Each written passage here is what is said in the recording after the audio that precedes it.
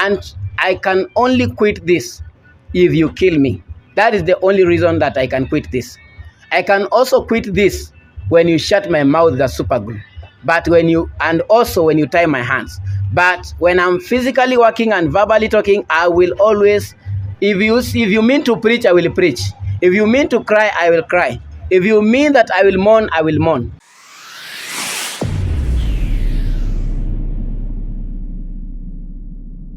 Thanks to all of you. Peter Kioi here again, and I'll be here to stay until justice is served. Number one, we are very sorry to the family of Jeff Mwathi for the untimely death. We repeat again that we are very sorry. We are sorry for two reasons. We are sorry that you lost a soul, a young soul, fresh blood, that you really had a very beautiful time, and he was a man who was cherishing his life. We are also sorry that the government of Kenya is not ready to serve you justice. We are very sorry that it is delaying it, and we know that they want to deny you the justice that you want. We know that they cannot revive the soul and the life of that young man, but justice must be served. When we mean justice, what do we say? Justice is the truth of what happened, how, and who. Right now, it is not a matter of why, because nobody can ever give you a reason for killing one of your own. There is no reason for taking away someone's soul. We are here not to seek justice. We demand it. And upon demanding it, we are saying it loud and clear. The government of Kenya is busy running politics, failing to know and to understand that the same politics that they are fighting for comes and is rooted in the citizens of Kenya. It is us who have chosen the government that is now leading this country. I'm asking the president of Kenya, if right now you cut off every person, every single individual in this country, who will vote for you next time? If right now you retire and the youth is not there, who is going to take up that space? I am very sure that you will never live forever. But what legacy are you going to leave behind? Is it the legacy of the ruling that when you kill, it is swayed away, maybe because of someone is more special than the others? I want to call upon the president of Kenya, because this matter is no longer for DCI. It is no longer for the DPP. It is no longer for any of those authorities. It is now relying upon the hands of Kenyans and the president of this nation. It is only maybe a week ago that we had seen several occurrences, maybe one or two, about the demise of one Elizabeth and also another one. And similar to the case of Jeff Mwathi, there were suspects, and the suspects are arrested and have been arrested and arraigned in court, some of them. What is the difference in that case to this of Jeff Mwathi? I want to question the government that who is funding these people who are the suspects and the key suspect that they cannot face the law? And who is behind the delaying of justice to this innocent soul who is crying out loud? I will always repeat this, that the spirit of Jeff is working in us, and it is very lively.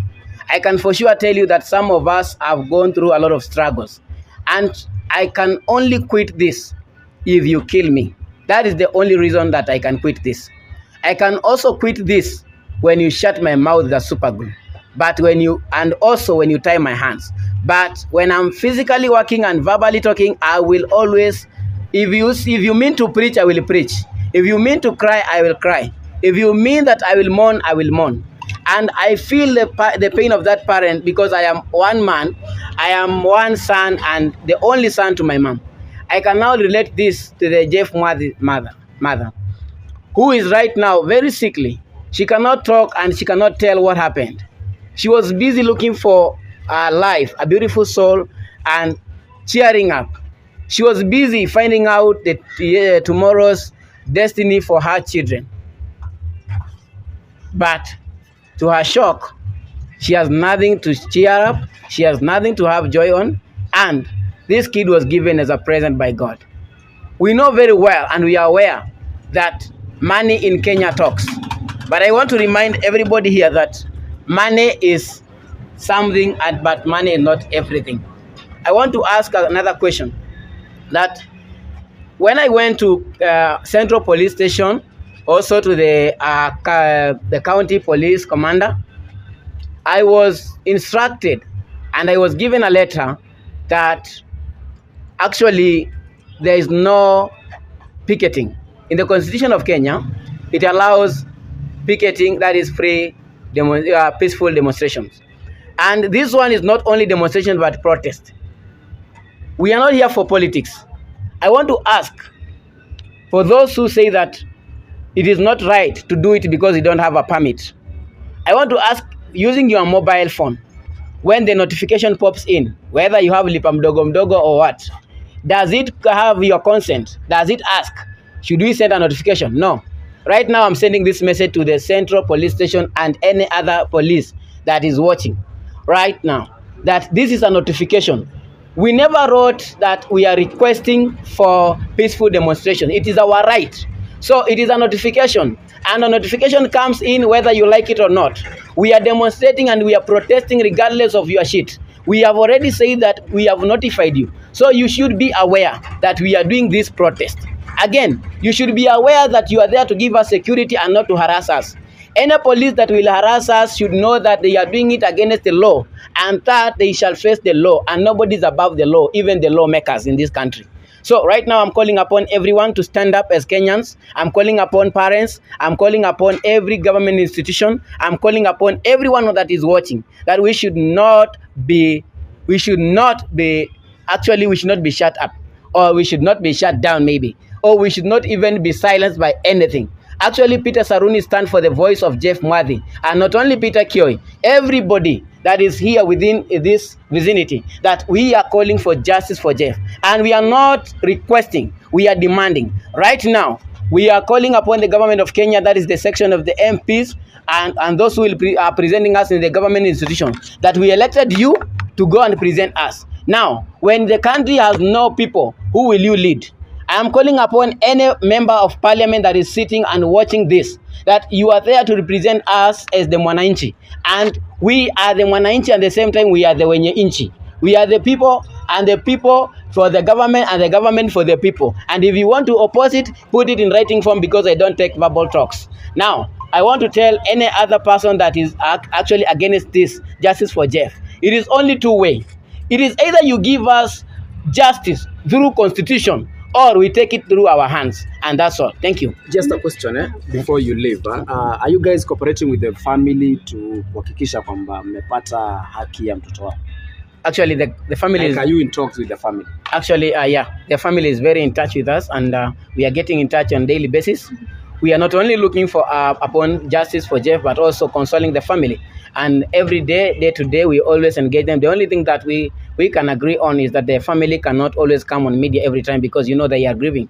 But the family is very much well connected to us. The other time I was arrested at a Central Police Station, Jeff's mother contacted me, and she really wished that I should be outside that place. And apart from that, she really shed tears for me. And that's a parent. And a parent is connected to the child. And as for me, I don't view it like a relationship between a friendship. It's more than a friendship. It's just a family affair. And we are all family. And as you see us here, we are not working as friends. We are family. Yeah. Second question, maybe the last time we did an interview with you, actually ulikuwa una receive threats. Kuna watu ambao walikuwa nakufuata. I don't know whether something has been done concerning that. The government of Kenya has nothing to do with that, because actually, if they cannot give justice for the dead or to the dead, do you think they will support me because I'm being threatened? They cannot take it. But actually, for me, I am calling upon those who are threatening us that they should now come and take our heads off, because actually we are not giving up and we are not giving in. So anything to do with that, maybe I can tell you that yes, we are receiving threats on daily basis, but that's now our daily food. You have reported to the police station about it? We have reported to several police stations, and we have several bits of concerning that. But our key and our main agenda is to make sure that justice is served. Another thing, we are not here for clout. We are not here to be famed. We are not here to be known. and even I will not even wish to be interviewed maybe, but because we want to put everything clear, that's why we come on camera. But to be honest with you, that we are not going to be intimidated or either to be pulled down by anything. Yes. Another question? You guys, there is an interview you did with Shiko, and you guys said you know who killed Jeff. Have you guys gone to the police maybe to write a statement concerning the same? Yeah, there are some written submissions that I had made severally, but I will not disclose everything here because this media and also these people that we are calling them are the suspect. Actually, you should quote this to me, from me, that we have not called anybody a killer. They remain to be suspects until they are proven guilty. And you should not put words in our mouth. We have never said that we truly know that you killed, because if I would be sure of that, I would not only go to the police, but I also chop the head off. Yeah. So we are ready to say, to know anything that maybe after cooperation we know. Yeah. Okay. Lastly, swali yangu ya mwisho, you guys have been on the front line pushing the hashtag justice for Jeff since day one up until now wakati tunafanya hii interview. Tungependa tu kujua, I mean, there are suspects of course, wale watu wanatajwa huko nje, sijui walikuwa wengine wakafanya. What is your message to DCI kwa suspects wenye bado hawajashikwa? My message to DCI, number one, before I deliver the message, the key suspect here is DJ Fatxo. Why? The incident happened in his own house. That one calls for one. Number two, I already explained how he becomes a suspect in this murder case. The DCI, I want to call upon the DCI first to do a thorough investigation among the members, the staff members, because maybe they are not all corrupt, but some are corrupted, some are bribed, and some are shut down maybe by the authorities. I want to tell the DCI, categorically, starting from Kasarani, I want to be very clear on this and quote this: DCI, do your work. And you should remember that this is not a golden bag case. This is not a chicken scandal case. This is not the Sagasian Magarian case. This case is very delicate, and it will lead some of you to be even, some of you to be, what do we call it? Not arrested, because arresting is not enough. Actually, you will be suspended from your works, and you will lose your jobs. The DCI should be very keen on this case. I have already said, money talks, but money is not everything. Right now, you are fighting us with money. Those who are fighting us with money, remember that we serve a bigger God. That's number one. God will bring everything in broad daylight. Just like the way God turned this case from a matter of suicide to murder case. He will come and clear everything. And he will bring it to broad daylight. And we are telling the DCI, the earlier the better. Because the citizens of Kenya are very tired of this uncouth behavior. And you are now bringing a system whereby it becomes normal to kill and go. No, the DCI, you have asked me a message to the DCI. We need investigations done in a very short period, and the delivery, that is the file, to be compiled and forwarded to the DPP. The DPP also, we have already had rumors. Rumors has it all that the ODPP is the one who has failed to sign the file because they say they have no enough evidence. You have no enough evidence. But when one defaults to pay a loan in a bank, you have enough evidence. When one appears in the streets and demonstrate because of Raila, you have evidence to come and arrest them. But right now, you don't have evidence when someone dies and mysteriously and timely death and in a weird manner. We will give you evidence by doing an example of taking one of the suspects to the rooftop and throw them down. Then you will come and collect the evidence from there. Yes. Maybe there's been speculation that DJ Fatxo is not in the country. Do you know anything about it? A case to do with homicide comes with a lot of speculations, but we are not taking anything with that because DJ Fatxo has not come out clear to say that I'm not in the country. None of us is working in the embassy here, and nobody is working in the air hostess and the immigration department to see whether they are there or not. So now we don't care whether he is in London or where, he will be brought back. That is it. Yeah. Maybe do you think the fact that there's no one who has been arrested concerning this case, he in effect maybe venye case inakuwa conducted? Obviously, it has affected from the first, from day one, because actually, when you say a murder to do a case to do with someone dead, when you tamper with you tamper with the crime scene, you have already tampered with everything. And right now, police are doing works awkwardly, like the way they handle the case of one Elizabeth. A police and a professional at this year going without gloves to handle a crime scene, and it is someone that is alleged to have committed suicide. Now, when taking fingerprints and what do we take from there? Are you the murderer or what?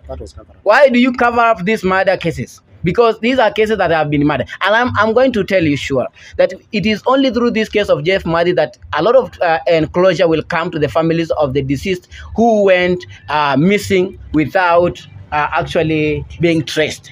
And I am calling upon the government of Kenya to be very clear and very straight on this case, because we are not going to give up. Personally, I am not going to give up. Even if I remain on street alone to shout justice for Jeff, I will shout it alone until I'm heard. If you are not getting to hear it, okay, now do away with me. You have that option. I think in matters to do with threats, we are receiving threats every now and then.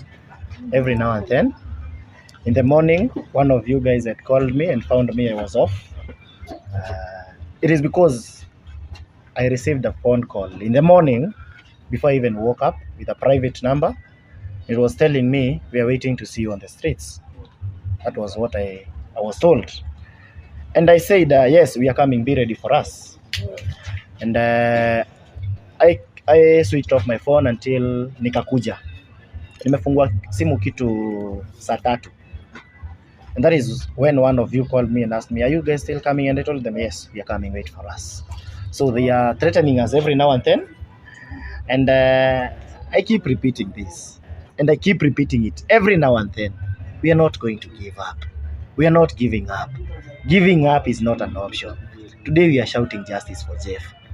But we don't know tomorrow we shall shout justice for who. And that is why we are on the streets. So that we can make sure that justice for Jeff is served. Yeah. Do you have suspicions of who might be maybe threatening you? Definitely, whoever is threatening us are those people who are probably who else. I don't have enemies. There are those people who are suspects on the matter. Anyway, who else can threaten me? Sijaiba bibi ya mtu. Definitely. So whoever is threatening us is whoever is concerned with whatever we are fighting for. Either way. And let us keep it let us keep it very clear. We are not giving up. Kill us, threaten us every day, every now and then. We are ready. We are ready. At the end of the day, even Jeff himself is not there. I'm crying today because of Jeff. If I happen to go today, somebody else, God will raise somebody else and will shout justice for John, justice for Kahega Shosho. I will shout out, and I'm not going to zip up until Jeff's soul gets served with justice. And by the way, for God's sake, Jeff is like he's alive, because that guy is anatuweka na nini sana, na drama sana. Jeff anatuandaa kila wakati, kila kuchao, hata ukiwa kwa bafu unajipata ukisema justice for Jeff. And we are not going to zip up. Guys, are you going to zip up? No. What are we going to say? Justice for Jeff. Justice for Jeff. No justice, no Mugithi. No justice, no Mugithi. And this justice should be served very straight, because as my friend has addressed, there was 2 murder cases that happened last week. One Elizabeth. It has been addressed right now. It has been addressed right now. The key suspect was arrested the very Sunday and arraigned in court the next morning. Yet he was a suspect. He was a suspect. There was another one in Nakuru for that guy who runs 42 kilometer race. Mtoto wake alikufia kwake, but simply because walikuwa wameachana na bibi, akachukuliwa kama suspect na akalainiwa the following day. Mbona huyu moja hajalainiwa yet? Na hata kualainiwa hakuna hata moja alimeshikwa, na yote ni the same case. I honestly, it is all sin. Kuna cover ups, but just do cover ups. Do cover ups. But if justice won't be served by the court of law, trust you me, it is going to be served by hands. Asubuhi ya leo tuko mahali hapa kwa ajili ya Jeff. kumbuka Jefu ni mtoto wa mtu, na mnajua kila mmoja chenye kinaendelea katika hii maisha ya Jeff. Tunaomba justice ya Jeff. Tumeandamana mara 2, leo ni siku ya 3. Na tumekuwa tukingangana kwa njia mingi, tumepitia challenges mingi, lakini tunajua siku ya leo tunajua tutaenda kupata justice. Ninauliza hivi, tumeona watu wengi wamefanya mambo na justice yao imepatikana. Je, ya Jeff ni aje? Mtu hata anashika busi, anairepu, anashikwa. Je, sisi huyu mtoto amefanyiwa hivi, kunaenda aje? Sisi kama wamama siku ya leo tunasikia uchungu na tunaumwa sana. Tumelia, yani tumeshindwa hata tufanye nini. Tukiona hakuna kitu inaendelea. Tunajaribu kufanya kila kitu. Tunajaribu kubebele sana, tumejaribu kuongea na nguvu yetu yote, hakuna justice imepatikana. Tunajua siku ya leo tutaenda kupata justice. Kwa hivyo tutachoka na tutarudi nyuma. Tuko hapa tukijikasa kabisa sisi kama wamama. Sisi tunajua uchungu ya mtoto ni kumaanisha nini. Kwa hivyo justice ya Jeff ndio tunaomba leo. Thank you. Religious leaders in Kenya, religious leaders, you spoke on the LGBTQ issues. You spoke on you want a dialogue between the government and the opposition. You said you want the government to feed the people who are dying with hunger. I want to ask you, is this not a person dying? Is this not a person who died? I want to speak to the DPP, to the DCI, to the IPOA. Please, do your level best, and you want justice for Jeff. If justice is not going to be served, we are going to make sure we get justice by ourselves. And to those who are threatening us, my friends, we are never giving up. Come again, we are not giving up. We are not giving up. And I'm telling Jeff, wake up and fight for yourself.